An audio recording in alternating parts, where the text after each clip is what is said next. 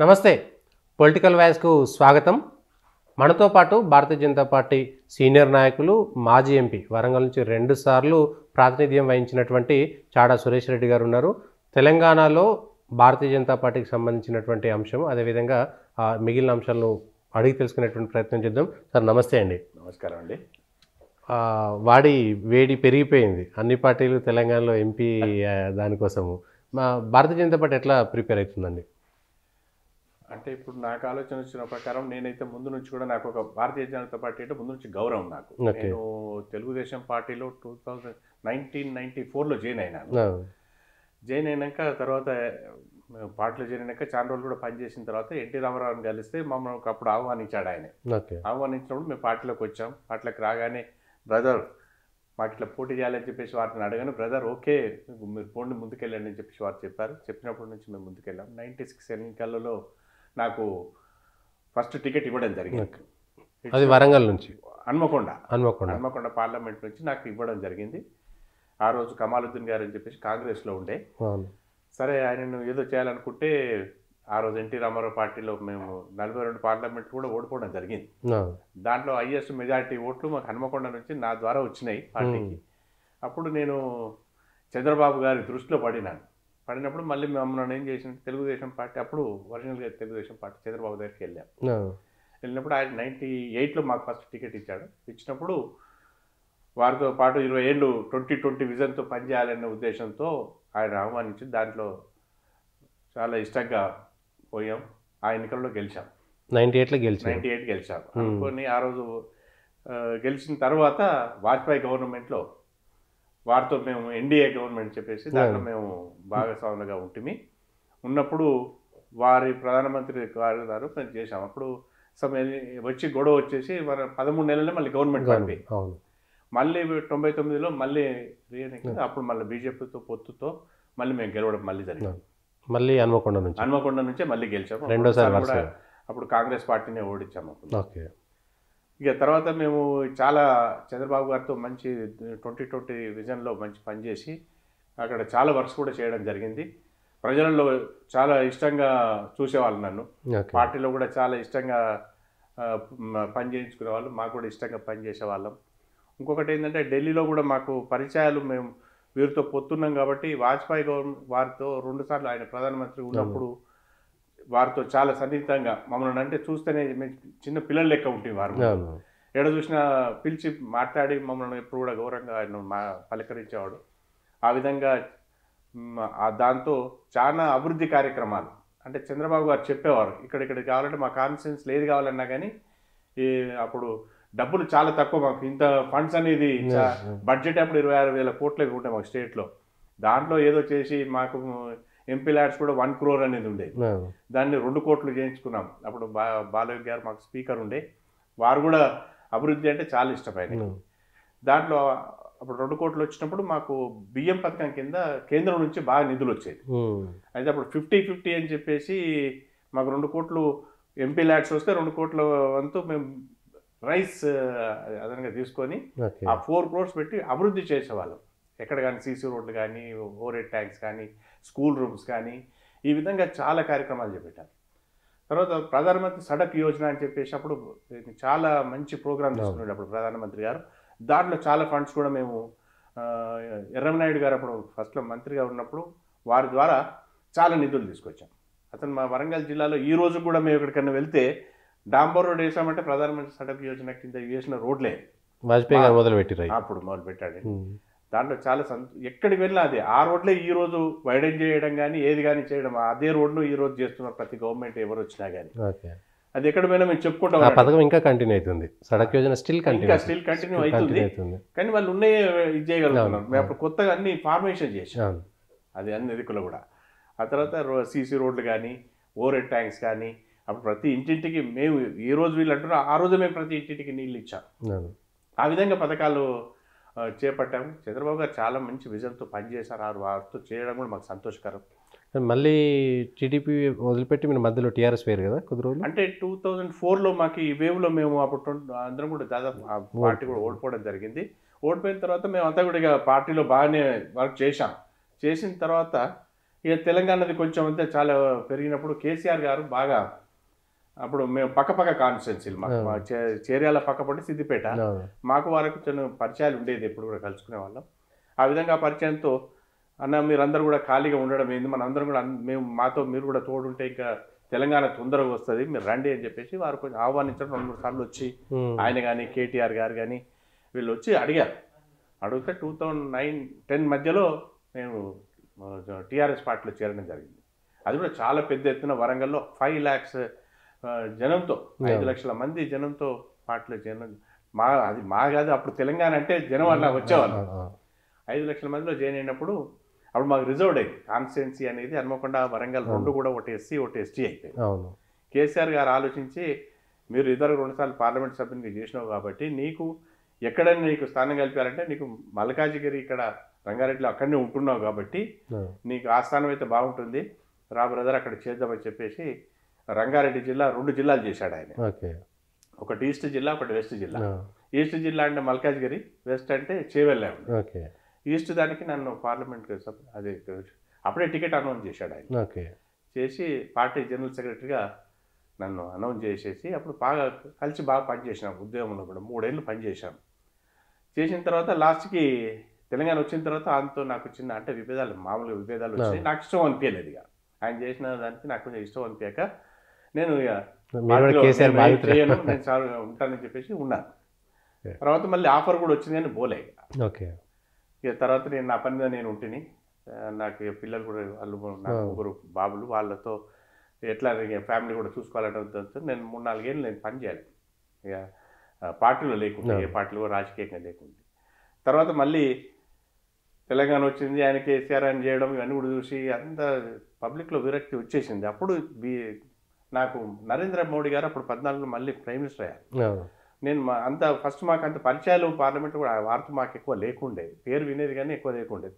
తర్వాత ఏంటంటే 3 ఏళ్ళు అప్పుడు చూసాం ప్రధానమంత్రి పనిచేస్తుంటారు. ఇంత మంచి ప్రధానమంత్రి మన భారతదేశానికి వచ్చాడు, ఈరోజు అతనితో మనం కలిసి పనిచేస్తే బాగుంటుంది అనేది మా ఫ్రెండ్స్లలో కానీ మా కార్యకర్తలలో కానీ పార్టీలో ఇక్కడక్కడ మన పాత వీళ్ళలో వచ్చినప్పుడు ఆలోచనలు ఉంటివి.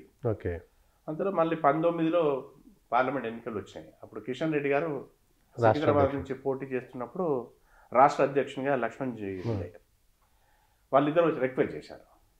చేసినప్పుడు నేను పెద్దిరెడ్డి గారు ఇద్దరం కూడా పార్టీలో చేరడం జరిగింది. మేము చేరిన తర్వాత కిషన్ రెడ్డి గారు పార్లమెంట్ సభ్యునికి ఎన్నికయ్యాడు. అదృష్టం కొద్దీ ఆయన మళ్ళీ మీరు పోటీ చేయలేదు అప్పుడు? నేను చేయలేదు. 19లో పోటీ చేయలేదు. అప్పుడు చేసినప్పుడు అన్న మీరు ఎక్కడ ఇది అని చెప్పేసి అంటే అప్పుడు మేము మల్కాజ్గిరి అక్కడ ఉండే కాబట్టి ఆయనే మీరు మల్కాజ్గిరి పార్లమెంట్లో పనిచేస్తుంటే మాకు కూడా అప్పుడు క్యాండిడేట్ అంటే కొంచెం కష్టం ఉండే భారతీయ పార్టీలో, మీలాంటి వాళ్ళు వస్తే మాకు కూడా కొంచెం మంచి ఈజీగా ఉంటుందని చెప్పేసి వాళ్ళు కూడా మమ్మల్ని ఎంకరేజ్ చేశారు. దాంతో మేము పార్టీలో ఉత్సాహంగా పనిచేశాం. నరేంద్ర మోడీ గారిని కలిసాం, అమిత్ షా గారిని కలిసాం, నడ్డా గారిని కలిసాం. కలిసినప్పుడు మాకు అన్ని కూడా వారితో ఓకే వాళ్ళు కూడా చేసుకోమని చెప్పి పని చేసుకుంటూ వచ్చాం.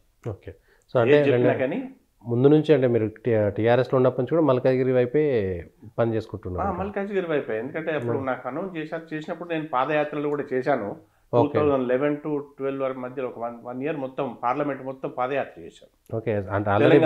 ప్రజలతో మీకు సంబంధం ఉంది? ప్రతి డివిజన్లో కానీ అది కానీ కేసీఆర్ గారు పాదయాత్ర చేయమన్నారు. చేసినప్పుడే అప్పుడు ఈ సుధీర్ రెడ్డి గారు కానీ, సుభాష్ రెడ్డి కానీ, కనకారెడ్డి కానీ, హనుమంత్ రెడ్డి వీళ్ళందరూ కూడా పార్టీలో మేము లాగి పార్టీని ఆ రోజు తీసుకొచ్చాం. వచ్చినప్పుడు ఈటెల రాజేందర్ గారు కూడా అప్పుడే మాకు పరిచయం. అంతకుముందు ఆయన మాకు పరిచయం లేదు. ఆయన ఏంటంటే నా కాన్స్టిట్యున్సీలో అసలు అప్పుడు కమలాపూర్ అని చెప్పేసి ఉన్నప్పుడు ఆయన అప్పుడు 2004లో గెలిచిండు, మీరు అప్పటికి మేము ఓడిపోయారు. మాకు వాళ్ళ పరిచయం లేకుండా తర్వాత మీ తెలంగాణ ఉద్యమంలో కేసీఆర్తో కలిసి పనిచేస్తున్నప్పుడు ఇంత పరిచయం బాగా ఏర్పడింది. ఆయనతో కూడా మాకు బాగా స్నేహితం బాగా ఏర్పడ్డాక అన్న మీకు ఇట్లా అనౌన్స్ చేశారు, మనందరం కలిసి పనిచేద్దాం, నాకు కూడా మల్కాజ్గిరిలో పరిచయాలు ఎక్కువ ఉన్నాయి అని చెప్పేసి ఆయనే సుధీర్ రెడ్డి గారి దగ్గర కానీ, కనకారెడ్డి దగ్గర కానీ అతనే స్వయంగా ఆయన నేను కలిసే గారు మీకు సపోర్ట్ చేశారు మల్కాజ్గిరిలో? చేశారు. ఆయన మేమే ఇద్దరం కలిసే వీళ్ళ దగ్గరికి వెళ్ళి పార్టీలో చేర్పించుకోవడం, పార్లమెంట్లో నాకు బాగా సపోర్ట్ చేయడం అంతా బాగా జరిగింది. జరిగిన తర్వాత నేను పార్టీ వదిలిపెట్టి బయటకు వచ్చాను. మీరే బీజేపీలో ముందు చేరారు? నేనే ముందు చేరాను. 2019 ఎలక్షన్స్ ముందు 90 ఓకే. ఎలక్షన్స్ అప్పుడు చేరాను, పార్లమెంట్ ఎన్నికలు వచ్చినా చేరాను నేను. ఓకే. ఇక తర్వాత మళ్ళీ ఇక్కడ ఇక 2 సంవత్సరాలు జరిగినాక అనుకోకుండా మళ్ళీ హుజరాబాద్లో ఆయన రిజైన్ చేయడం జరిగింది. బై ఎలక్షన్ వచ్చింది. By elections. బై ఎలక్షన్ వచ్చినప్పుడు ఇక అప్పుడు నేను 2 సార్లు అక్కడ పార్లమెంట్ సభ్యునిగా ఉన్నా కాబట్టి అది నా కాన్స్టిట్యూన్సీలో వస్తుందని అప్పుడు మంత్రి శ్రీనివాస్ గారు ఆర్గనైజ్ సెక్రటరీగా ఉన్నారు. అన్న మీరు ఇక్కడే ఉండి ఇది ఎట్టి పరిస్థితుల్లో సీట్ గెలిపించాలని చెప్పేసి చెప్పడం జరిగింది. తర్వాత అందరినీ కూడా ఇన్ఛార్జ్గా నియమించారు అలా. ఉన్నప్పుడు నేను ఒక 4 months అక్కడ ఉండి ఇల్లు తీసుకొని అప్పుడు రాజేంద్ర గారి కొరకు పనిచేసి నా వంతు నేను కృషి చేసి అక్కడ అందరికంటే 2019 నుంచి బీజేపీలో యాక్టివ్ ఉన్నారు. ఓకే. 2019 నుంచి ఉన్నాను. ఓకే. ఆ 19 తర్వాత 21లో వచ్చినాయి కూడా హుజరాబాద్ ఎన్నికలు. 20 దుబ్బాకు వచ్చింది. ఆ తర్వాత అంటే కంటిన్యూస్ ఎలక్షన్. ఫస్ట్ మాకు హుజూర్ నగర్ నుంచి వచ్చింది. నేను పార్టీలో చేరంగానే నాకేమైంది, ఫస్ట్ ఎలక్షన్ మెదక్ పార్లమెంట్ అని ఇచ్చారు. 13 మున్సిపాలిటీలు ఉండే. 13 మున్సిపాలిటీలు అఫ్కోర్స్ బీజేపీ అంటే అప్పుడే కొంచెం ఉండగానే ఎక్కడ కూడా గెలవలే. ఉన్నదానికంటే ఓటింగ్ పర్సెంటేజ్ మాత్రం పెరిగింది. దాని తర్వాత మళ్ళీ లోకల్ బాడీ ఎలక్షన్స్ వచ్చాయి, దాంట్లో కూడా పనిచేశాం. ఆ తర్వాత హుజూర్ నగర్ ఉత్తమ్ కుమార్ వచ్చింది, అక్కడ కూడా పనిచేశాం మేము ఒక మండలం ఇన్ఛార్జ్. దాని తర్వాత దుబ్బాకు వచ్చింది. దాని తర్వాత నాగార్జున సాగర్ వచ్చింది. నాగార్జున సాగర్ హుజరాబాద్ వచ్చింది. హుజరాబాద్ తర్వాత మళ్ళీ అతను రాజగోపాల్ రెడ్డి మునుగోడు వచ్చింది. ఈ 5 ఎలక్షన్స్ కూడా నేను ఉన్నాను. నేను పార్టీలో మంచి తీసుకొని పనిచేశాను. నెక్స్ట్ థింగ్ మధ్యలో కార్పొరేషన్ ఎలక్షన్స్ వచ్చాయి. జిహెచ్ఎంసీ వచ్చినప్పుడు అప్పుడు మల్కాజ్గిరి నేను అక్కడ ఉన్నాను కాబట్టి నాకు అప్పుడు కుత్బుల్లాపూర్ ఒకటి మొత్తం ఇచ్చాడు. 8 డివిజన్స్ ఉండే, దానిలో కూడా బాగా పనిచేశాం. అప్పుడు కూడా ఒక కార్పొరేట్ ఒక డివిజన్ ఏమో గెలిచాను. భరత్ గెలిచాడు, 2 సెకండ్ మెజార్టీలో ఉన్నాం. ఆ విధంగా అక్కడ కూడా పనిచేసాం. అప్పుడు నెక్స్ట్ థింగ్ ఏంటంటే మేము ఎంపీగా ఉన్నప్పుడు కూడా దాదాపు 7.5 సంవత్సరాలు ఎంపీగా పనిచేశాను. అంటే నాకు బై ఎలక్షన్స్ తొందరగా అప్పుడు ఎలక్షన్స్ మొత్తం ఫుల్ టర్మ్ చేయలేకపోయాను. మిడ్ టర్మ్ చేయలేకపోయాం. కానీ చంద్రబాబు గారు దాంట్లో అభివృద్ధి అనేది చాలా బాగా చేశాం. చాలా. ఇప్పుడు ఆఫ్ కోర్స్ మేము చెప్తా అప్పుడు జూనియర్ కాలేజ్ కానీ, నెక్స్ట్ ఇంక కాలేజెస్ కానీ, డిగ్రీ కాలేజ్ వాటిల్లో కూడా కావాలి అంటే చాలా మేము దీంతో పట్టుదలతో పనిచేసి పనులు తీసుకొచ్చాం. అదొక మాకు క్రేజీ అనిపించేది అన్నట్టు. ప్రజలకు సేవ చేస్తున్నాం అనేది ఒక సంతోషం అనిపించేది. ఇప్పుడు వరంగల్ హన్మకొండ, ఇప్పుడు వరంగల్ మహబూబాద్ 2 రిజర్వ్ ఇస్తాము, మీరు మల్కాజ్గిరి ఎడుతారు. మల్కాజ్గిరికి ఏమో దాపుగా చాంతాడంత లిస్ట్ ఉంది బీజేపీలో. అఫ్కోర్స్ అంటే నేను గత ఇప్పుడు లెక్క చూస్తే 13 years నుంచి అక్కడ పనిచేస్తున్నా. 13 to 14 years నుంచి టోటల్గా రంగారెడ్డి ఈస్ట్ జిల్లా అంటే మల్కాజ్గిరి పార్లమెంట్ మొత్తం కూడా. అంటే నేను ఉండేది కూడా ఇప్పుడు సైనిక్పురి ఉంటాను, ఉప్పల్ కాన్స్టిట్యున్సీలో వస్తుంది. అంటే మాకు మేమంతా కూడా కంబైన్డ్ ఫ్యామిలీ. మా ఫ్యాక్టరీలు, ఇండస్ట్రీస్ కూడా మాకు చెర్లపల్లిలో ఉన్నాయి. నెక్స్ట్ థింగ్ మాకు అక్కడ హుషాయిగూడలో మాకు కాంప్లెక్సెస్ కూడా ఉన్నాయి కదా. ఆ విధంగా మేము అక్కడే అందరం సెటిల్ అయిపోయాం. మా బ్రదర్స్ అందరూ కూడా మేము కలిసే ఉంటాం. ఆ విధంగా కూడా మాకు అక్కడ అందరితో రిలేషన్ కానీ, ప్రతి నియోజకవర్గంలో మాకు అన్ని తెల్ల ఉన్నాయి, సేవా కార్యక్రమాలు చేస్తుంటాం. ఈ విధంగా ప్రజలతో చాలా దగ్గరగా ఉంటాం ఇప్పుడు కూడా అందరం. దానికని ఇప్పుడు మేము కూడా అక్కడ బీజేపీ పార్టీ నుంచి ముందు నుంచి 5 సంవత్సరాల నుంచి అది ఆశించే పనిచేస్తున్నాము. సరే పార్టీ రేపు ఇక ఆశావాళ్ళు చాలా మంది ఉంటారు అడిగేటానికి టికెట్లు. ఈరోజు ఎక్కడ ఇలా మోడీ గారి హవా ఉంది కాబట్టి ప్రతి దగ్గర అరే ఎక్కడైనా గెలవచ్చు కదా అనేది ఒకటి. గెలుస్తారా మల్కాజ్గిరి? గెలుస్తారా అంటే 100% గెలుస్తారు. దానిలో సమస్య లేదు. దానిలో బీజేపీ మల్కాజ్గిరి కాదు, మొత్తం 17 నియోజకవర్గాలు కూడా మేము వీళ్ళు టార్గెట్ చేసి 12 మేము గెలుస్తామని నాకు ఆశ ఉంది. తెలంగాణలో బీజేపీ 12 గెలుస్తుందని కాంగ్రెస్ టీఆర్ఎస్ కనుక పోయినట్టు లెక్క. 100% అండి, దాంట్లో ఏం లేదు. కాంగ్రెస్ అనేది ఇక మళ్ళీ పాత రోజులే వస్తాయి. మాకు తెలిసినట్టు బీఆర్ఎస్గా మాకు ఉండదు మాకు లెక్కలు. తెలంగాణలో మా లెక్కలు. కానీ మేమే పోరాటం చేస్తాం, మేమే తెలంగాణ కోసం గలం విప్పేది అని. తెలంగాణలో కానీ ఆ మాట మాట్లాడడం కూడా కొంచెం కష్టంగానే ఉంటుంది. సరే ఇవన్నీ వచ్చింది, ఆయన 2 సార్లు ముఖ్యమంత్రిగా చేశాడు, అన్ని చేశాడు, ప్రజలందరూ కూడా గమనించారు ఆయన. అనే ఈరోజు 3వ సారి తిరస్కరించారు ఆయన్ని. ఎందుకంటే చేస్తున్న కరప్షన్ కానీ ఇది కానీ ఆయన అభివృద్ధి అనేది ఆయన సొంతంగా ప్లానింగ్తో పోవడం అనేది పబ్లిక్ నచ్చలేదు. అందరితో కలిసి ప్రజాస్వామ్యంలో అందరితో మాట్లాడి ఏమైనా అభివృద్ధి కార్యక్రమాలు చేస్తేనేమో చాలా బాగుండేది. ఆ విధంగా కాకుండా నేనే నేనే నేనే అనే వరకు అది కొంచెం ప్రజల్లో కూడా విరక్తి వచ్చింది. మాకు కూడా ముందు నుంచి నేను కూడా ఆ విధంగా మాట్లాడినప్పుడే తెలంగాణ నేనే తెచ్చాను అన్నప్పుడే మాకు బాధ అనిపించింది. ఓకే. మేము కూడా పోలీస్ స్టేషన్లో అరెస్ట్ అయినాం, మేము కూడా 2 రోజులు జైల్లో ఉన్నాం, అన్ని రకాలుగా పనిచేసాం మేము కూడా.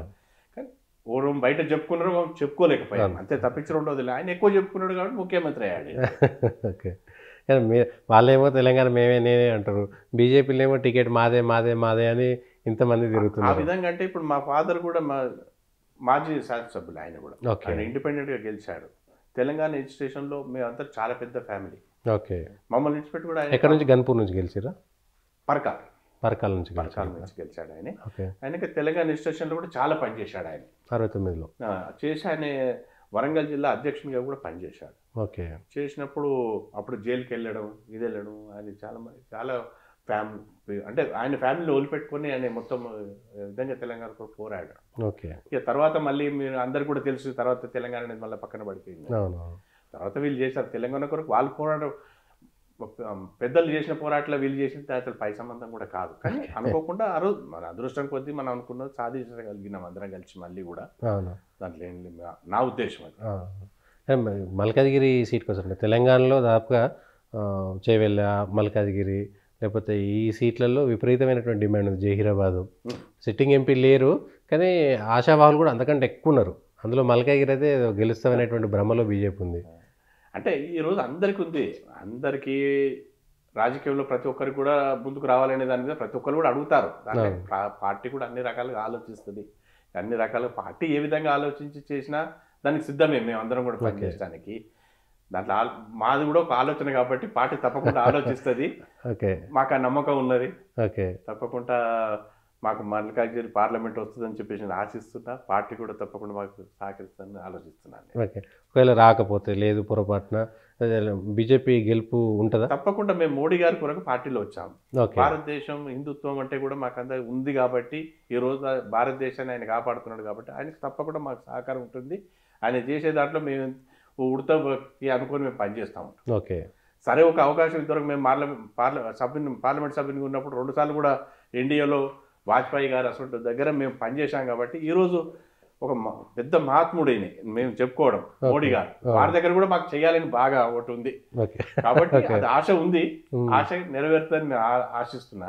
ఓకే. దాంట్లో మాకు ఆ భాగంగానే మేము టికెట్ అడగడం. కానీ కేసీఆర్ 2 సార్లు అంటే 10 ఏళ్ళు ముఖ్యమంత్రి చేసిండు, ఆయన ఓడిపోయిండు. సో మోడీ గారు కూడా 10 ఏళ్ళు కాబట్టి మోడీ గారు కూడా ఓడిపోతారని అనుకోవచ్చు కదా? లేదు, అట్లా లేదు. ఈరోజు జనంలో కానీ చిన్న పిల్లల నుంచి పెద్ద పిల్లల వరకు కూడా ఈరోజు మోడీ అంటే అరే ఈరోజు భారతదేశం అంటేనే మోడీ అన్నట్టు ఆలోచనలో ఉన్నారు ఈరోజు. ఓకే. మోడీ అంటేనే భారతదేశం, భారతదేశం అంటే మోడీ అంటే ఈయన ఉంటేనే మన భారతదేశం ఉంటుందని చెప్పేసి ప్రజలందరూ కూడా ఆలోచిస్తారు. ఈరోజు 2 సీట్ల నుంచి 303 సీట్లు వచ్చినాయి. 303 నుంచి 400 సీట్లు 100% వస్తాయి.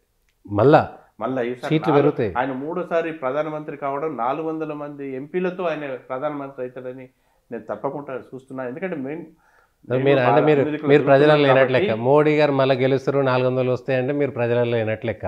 ప్రజలంతా వ్యతిరేకిస్తున్నారు, ఇంకేంది చాలు రాహుల్ గాంధీని గెలిపించాలని ప్రజలు అనుకుంటున్నారు, కాంగ్రెస్ చెప్తున్నది. లేదు అసలుకే లేదా, అది ఎవరు కూడా ఆలోచించారు. రాహుల్ గాంధీ అంటే ఇంకా మనకి అది ఆయన ఎక్కడ అడుగు పెడితే అది పోతుంది అనేది అందరికీ ముందు నుంచి తెలుసు. ఆయన గురించి మనం ఎక్కువ చెప్పుకోవడం కూడా తప్పది. మా మోడీ గారు అంటే అంతే. ఆ మోడీ గారు చేపట్టి ఇక్కడ 400 సీట్లతో 3సారి ఆయన ప్రధానమంత్రి అవుతాడు. అది 100%గా ఉంది. ఈ మొన్న కూడా రీసెంట్గా కూడా ప్రజలు తీర్పు ఇచ్చారు. 4 రాష్ట్రాలలో 3 ముఖ్యమైన రాష్ట్రాలు బీజేపీ ప్రభుత్వం వచ్చింది. ఓకే. కానీ ఇప్పుడు అంటే అయిపోయింది, మోడీకి ఇవ్వాల్సిన వరకు అంటే ప్రజలు ఆయన 2 సార్లు ఏదో చేసినాం, కానీ ఆయన అంత పెద్ద నియంత లేరు, అంత ఏకఛత్రాధిపత్యం ఆయన ఒక్కడే, ఆయన తప్ప ఇంకెవరు మాట్లాడాడు, ఇట్లాంటి వ్యక్తిని మేము ఎందుకు గెలిపించడం అనేటువంటిది అది ఇక్కడ బీఆర్ఎస్ వాళ్ళు మాట్లాడే పద్ధతిగా అది బీఆర్ఎస్ వాళ్ళు చేస్తారు కాబట్టి వాళ్ళ గుర్తుంటే వాళ్ళు మాట్లాడారు. మోడీ గారు అట్లా కాదు, ఆయనకు ఒక కమిటీస్ ఉన్నాయి, అన్ని రకాలుగా ఆలోచిస్తారు. ఆయన అయినా సీట్లు ఇచ్చే పద్ధతి ఆయన కాదు. పార్టీ దానికి అన్ని రకాలుగా క్రమశిక్షణ ఉంది. ఆ క్రమశిక్షణలో వాళ్ళన్నీ కూడా ఆలోచించి ప్రతి ఒక్కరు కూడా ఏ విధంగా అయితే ఏ క్యాండిడేట్ అయితే ఇక్కడ ఇది ఉంటుందో చూసి సెలక్షన్స్లో ఉంటారు. ఓకే. ప్రధానమంత్రి అనేది ఆయన ఆల్రెడీ చేస్తున్న కార్యక్రమాలు భారతదేశాన్ని ఏ విధంగా ముందుకు తీసుకెళ్తున్నాడు అనే దాని మీదనే ప్రజలు ముందుకు ఓట్లు వేయడానికి సిద్ధంగా ఉన్నారు. ఓకే. టికెట్లు ఇచ్చేది కానీ ఎవరిని చేసేది కానీ దానికి సపరేట్ ఆర్గనైజేషన్ ఉంది. ఆ ఆర్గనైజేషన్లో వాళ్ళు అన్ని ఈ రోజు కాదు, వాళ్ళు ముందు నుంచి కూడా ఆ విధంగా చేశారు కాబట్టి ఇదివరకు 303 సీట్లు వచ్చాయి. ఇంకా దాన్ని ఈ మధ్యలో చాలామంది ముఖ్యమైన నాయకులు పార్టీ కొరకు పనిచేసే వాళ్ళు అన్ని రకాలుగా సర్వేలు చేసి ఈరోజు దాన్ని ఒక టార్గెట్ తీసుకురావాలనే దాని మీద అమిత్ షా గారు ముందున్నారు. వారు 400 సీట్లకు ఆయన టార్గెట్ చేసుకొని ఈరోజు పనిచేయడం జరుగుతున్నది. దాంతో మేము అందరం కూడా సహకరించి వాళ్ళు ఏ విధంగా నిర్ణయించినా ఈరోజు పార్టీ కొరకు పనిచేస్తాం. సీటు వచ్చినా రాకున్నా మేము సీటు ఆశిస్తున్నాం, రాకున్నా పనిచేస్తాం తప్పకుండా మోడీ గారు. ఓకే. ఇప్పుడున్నటువంటి సందర్భంలో తెలంగాణకు సంబంధించినటువంటి అంశంలో భారతీయ జనతా పార్టీకి సంబంధం లేదు, కేవలం బీఆర్ఎస్ మాత్రమే పోటీ, అక్కడ ప్రజల కోసం మాట్లాడేటువంటి శక్తి ఉన్నది బీఆర్ఎస్ఏ, మళ్ళీ 16 సీట్లు బీఆర్ఎస్ఏ గెలుస్తుందని నిన్న కూడా కేటీఆర్ ప్రకటించారు. అంటే వాళ్ళకి ఎజెండా లేదు. ఇప్పుడు ముఖ్యంగా చెప్తే ఇన్ని రోజులు ఏదో చెప్పుకున్నారు, ఓటు సెంటిమెంట్ తెలంగాణ ఇది అదే. ఇవాళ వాళ్ళు చెప్పుకునే సెంటిమెంటే లేదు కదా. ఏమన్నా వాళ్ళు ఏ రకంగా ఓడిపోయారు, వాళ్ళకి ఎజెండా లేకనే ఓడిపోయారు. మళ్ళీ ఇప్పుడు ఏమి ఎజెండా పెట్టుకొని ముందుకొస్తారు వాళ్ళు? ఓకే. వాళ్ళకంటే ఇలా బీజేపీ చేస్తున్న కార్యక్రమాలు ఒక్కొక్క చిన్న బీద ప్రజలకు కింది నుంచి మీది వరకు అక్కడికి వచ్చే పనులు వాళ్ళు చేస్తున్నారు కాబట్టి అవన్నీ మా ఎజెండా. వాళ్ళకి అట్లాంటి ఎజెండాలు లేవు. వాళ్ళు ఏమైనా కాళేశ్వరం అని దీనికని అప్పులు చేయడం తప్పించి రెండోది లేదు కాబట్టి ఇప్పుడు ఆ స్థాయి లేదు వాళ్ళకి. చెప్పుకున్నాను కాబట్టి గవర్నమెంట్ ఉన్నది కాబట్టి వాళ్ళు ఏదో చేయగలిగారు. గవర్నమెంట్ లేదు కాబట్టి వాళ్ళకి ఆ ఎజెండాలో ఇదే చేయలేరని చెప్పేసి నేను చెప్తాను. కానీ తెలంగాణకు వచ్చేసరికి తెలంగాణలో బీజేపీకి అంత సీన్ లేదు. ఏదో ఉత్తర భారతదేశంలో 4 రాష్ట్రాల్లో ఉండొచ్చులే కానీ తెలంగాణలో బీజేపీ గెలిచేంత సీన్ లేదనేటువంటిది ఒక మాట ఇటు కాంగ్రెస్ కానీ అటు బీఆర్ఎస్ కానీ. అవును, అదే నేను ముందే చెప్పాను కదా, ఇంతకుముందు 2 సీట్లతో 303 సీట్లు వచ్చాయి. ఇక్కడ కూడా మేము మొన్న 1 సీటు పోయి 2 సీట్లు అయినాయి, 2 సీట్లు పోయి 3 సీట్లు అయినాయి బీజేపీ. 3 నుంచి అలా 8కి వచ్చాం. గతంలో పార్లమెంట్ కూడా మాకేం 4 సీట్లు గెలిచాం. ఇప్పుడు 4 నుంచి మేము 12 అవుతామని చెప్పేసి ప్రజలలో ఆ విధంగా ఉత్సాహం ఉంది. అలా బీజేపీకి ఓట్లు వేస్తామని చెప్పేసి ముందుకు వస్తున్నారు. కానీ అసెంబ్లీ ఎన్నికల్లో అంత ఆశించిన సీట్లు ఎమ్మెల్యే సీట్లు రాలేదు. సో ఇక్కడ కూడా మేమేం ఆశించలేదు, మేము పని చేసుకుంటూ వచ్చాం. ప్రజలు ఎన్ని ఇస్తే అన్ని సీట్లేని అనుకున్నాం. కానీ మేము ఎక్స్పెక్టేషన్లో మాకు పోయినసారి 7% ఉన్నది, ఇప్పుడు 14% మా ఓటింగ్ కూడా పెరిగింది. ఒకసారి పెరుగుతుంది, ఒకసారి తగ్గుతుంది. ఈ రోజు మాకు పెరిగే ఛాన్సే ఎక్కువ ఉంది కాబట్టి మేము చెప్పాలి. దానికి పార్లమెంట్ కూడా మేము 12 గెలుస్తామని చెప్పేసి దాని విషయంలో చెప్పగలుగుతున్నాం. Okay, thank you Suresh Reddy garu. Okay, చూద్దాం మరి మల్కాజ్గిరిలో అయితే మిగిలిన అంశాలు ఎక్కడ పెట్టినా కూడా మల్కాజ్గిరి, జహీరాబాదు, చెవెల్లో కూడా దాదాపుగా ఒక 15-20 మంది నాయకులు రెడీ అయిపోయినారు. అంటే గెలుస్తారని, నిజంగా గెలుస్తారో లేదో తెలియదు భారతీయ జనతా పార్టీ, కానీ అడిగేటువంటి ఆశావాళ్ళు అయితే అసలు చాలా పెద్ద. ఎందుకంటే మొన్న 119 సీట్లకు మేము ఊరికే అప్లికేషన్స్ అడిగితే 119కి 6,000 అప్లికేషన్స్ వచ్చాయి. కానీ ఇచ్చిందైతే 119 సీట్లే వాళ్ళకే అంతే. దాంట్లో అందుకనే సెలెక్షన్. ఇప్పుడు పార్లమెంట్ కూడా అడిగే వాళ్ళ ఆశాభావాలు చాలా మంది ఉంటారు. దాంట్లో ఇచ్చేది ఆ 17 మందికే మేము సీట్లు ఇవ్వాల్సింది. కొట్లాట కాదా మరి? దాంట్లో మాకు ఎప్పుడు కూడా ఇలాంటివి లేవు, జరగవు కూడా అట్లాంటి. ఎక్కడ వచ్చినా మేము కలిసి పనిచేసే వాళ్ళమే. రాకున్నా వాళ్ళు ఎంబడి వచ్చిన వాళ్ళకి సహకరించి గెలిపించే విధంగా మేము పనిచేస్తాం అంతే పార్టీలు. ఓకే, అదే మల్కాజ్గిరికి సంబంధించినంత వరకు భారతీయ జనతా పార్టీ ఎవరు నిలబడ్డా గెలిపించేటువంటి దాంట్లో అందరు ఉంటారా? 16 మంది 20 మంది టికెట్లు అడిగితే ఒక్కరికి వస్తుంది. అందరు కలిసి పనిచేస్తారా? అందరు కలిసి పనిచేస్తారండి. ఎవరికి వచ్చినా ఎవరికైనా అందరం ఈ రోజు మీటింగ్ చేసుకున్నా అందరం కలిసే మీటింగ్. అంటే ఆశా వాళ్ళంతా కలిసి తిరుగుతారు, అందరు కలిసే. టికెట్లు అడిగే కూడా మాకు పార్లమెంట్ మీటింగ్ అయితే కూడా వాళ్ళు కూడా వచ్చారు, అందరూ వచ్చారు. ఎవరైతే ఉన్నారో వాళ్ళందరూ కూడా వచ్చి మీటింగ్లో అందరు పాల్గొంటాం. అందరు కలిసి ఈరోజు రాముంది రేపు అయోధ్యలో జరిగే కార్యక్రమాలను కూడా ఇలా గుడి శుద్ధి కార్యక్రమం అంటే అందరు కూడా చేస్తున్నాం. ఆ అక్షింతలు అంటే అందరు కూడా ఇంటింటికి తిరిగి అక్షింతలు ఇచ్చి వస్తున్నాం. ఆ విధంగా ఎవరి కార్యక్రమాలు వాళ్ళు. ఈరోజు గవర్నమెంట్ ప్రోగ్రామ్స్ కూడా ఏమైనా కానీ అక్కడికి కూడా వెళ్తాం. ఆడ వెళ్ళినప్పుడు అందరం కలుసుకుంటాం. కార్యకర్తలు చీలిక రాదా? ఈయన వర్గం ఆయన వర్గం వర్గాలు అనేది అసలుకే లేవు. ఈ రోజుకైతే నేనైతే మల్కాజ్గిరి పార్లమెంట్ లో నేను చూడలేదు వర్గం అనేది చూడలేదు. ఎవరు టికెట్ అడిగినా కూడా అందరు కలిసి పని చేస్తారా? ఇప్పుడు ఆ విధంగా జరిగినాయి. నాయకులంతా అందరు కలిసి పని చేస్తారు. ఓకే, అయితే ఈ రోజు వరకు అయితే నేను చూడలేదు అట్లాంటి వర్గాలు అయితే. ఓకే, ఎక్కడ చూడలేదు. మల్కాజ్గిరిలో తొలిసారిగా భారతీయ జనతా పార్టీ జెండా ఎగురుతుంది నమ్ముతున్నారు. ఇది 4వసారి. ఇప్పుడు అంటే 3 సార్లు అయింది, 4వసారి ఖచ్చితంగా గెలుస్తాం మేడం. మల్కాజ్గిరి డీలిమిటేషన్ అయిపోయింది కదా, 3 సార్లు అయిపోయింది. 4 ఎలక్షన్. ఓకే, 2009, 14, 19 4వసారికి బీజేపీ జెండా 100% పక్కా. ఎందుకంటే ఆడ మేము చూస్తున్నాం. ఫస్ట్ ఒక రకం చూస్తే ఫస్ట్ టైం 1,00,000 ఓట్లు వచ్చాయి. తర్వాత మొన్ననైతే 4.5 లక్షల ఓట్లు వచ్చాయి. అవును, ఈసారి 100% గెలుస్తారు. మల్కాజ్గిరి అంటే ఒక పెద్ద మినీ ఇండియా. ఆడ అన్ని రాష్ట్రాల ప్రజలు ఉంటారు, అందరు ఉంటారు. అసలు భాష ఏదేదో ఉంటుంది అంతా. వాళ్ళకి ఇష్టం కదా మోడీ అంటే. వాళ్ళకి ఇష్టం కాబట్టి ఈ రోజు అక్కడ భారతీయ జనతా పార్టీని గెలిపించాలని వాళ్ళు ముందుకు వస్తారు. ఓకే. అందరూ కూడా ఇక్కడ ఉన్న ప్రజలు కూడా అందరు కలిసి తప్పకుండా మల్కాజ్గిరి పార్లమెంట్ బీజేపీ గెలుస్తుంది. సరే చూద్దాం మల్కాజ్గిరి ప్రజలు ఎట్లాంటి తీర్పునిస్తారో, మరి ఎవరికి టికెట్ వస్తుందో, బీజేపీ ఏం చేస్తుందో చూద్దాం. ఇది చాడా సురేష్ రెడ్డి గారు చెప్తుంది. ఎవరికి టికెట్ ఇచ్చినా మల్కాజ్గిరిలో భారతీయ జనతా పార్టీని గెలిపించడానికి కృషి చేస్తాము. అట్లా అని మల్కాజ్గిరిలో అదేవిధంగా పనిచేస్తున్నాం. నరేంద్ర మోడీ ఈసారి ఖచ్చితంగా మరోసారి ప్రధానమంత్రి అవుతాడనేటువంటి ధీమా మాత్రం మనం వ్యక్తం చేస్తున్నాం.